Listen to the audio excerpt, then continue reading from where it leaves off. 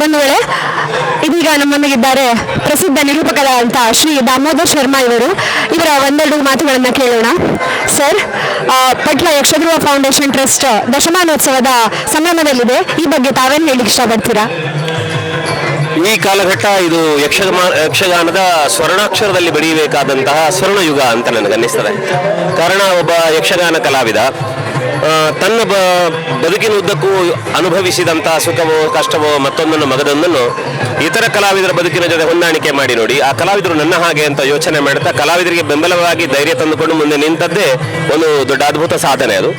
ಅದರ ಜೊತೆಗೆ ಒಬ್ಬ ಕಲಾವಿದ ಪಟ್ಲ ಸತೀಶ್ ಶೆಟ್ಟಿ ಅವರು ಇಂತಹ ಒಳ್ಳೆಯ ಕೆಲಸಕ್ಕೆ ಮುಂದಾದಾಗ ಕಲಾವಿದರಿಗಾಗಿ ದುಡಿತಾರೆ ಅನ್ನೋ ಕಾರಣಕ್ಕೆ ಅವರ ಮೇಲೆ ವಿಶ್ವಾಸ ಇಟ್ಟು ಇಂತಹ ಅನೇಕ ಮಂದಿ ದಾನಿಗಳು ನಿರೀಕ್ಷೆಗೂ ಮೀರಿದಂತಹ ಬೆಂಬಲವನ್ನು ಕೊಡ್ತಾ ಇರೋದು, ಈ ಕಾರ್ಯಕ್ರಮ ಯಶಸ್ಸಾಗುತ್ತಾ ಇರುವುದು ಒಂದರ್ಥದಲ್ಲಿ ಈ ನೆಲೆಯದಲ್ಲಿ ಕಲೆಯನ್ನು ಅರ್ಥಾತ್ ಯಕ್ಷಗಾನವನ್ನು ನಾವು ಏನು ಆರಾಧನೆ ಅಂತ ಹೇಳಿದೆವೋ ಆ ಆರಾಧನೆಗೆ ಸಂದ ಫಲಶ್ರುತಿ ಇದು ಅಂತ ನನಗನ್ನಿಸ್ತದೆ.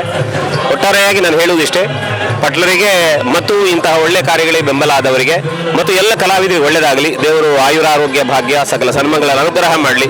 ಇಂತಹ ಕಾರ್ಯಕ್ರಮಗಳು ನೋಡುವ ಭಾಗ್ಯ ನಮ್ಮದಾಗಲಿ ಅಂತ ಹಾರೈಸ್ತೇನೆ. ಎಲ್ಲರಿಗೆ ನಮಸ್ಕಾರ. ನಮಸ್ಕಾರ. ನಿಖರ ಸುದ್ದಿ, ಸದಭಿರುಚಿಯ ಕಾರ್ಯಕ್ರಮ.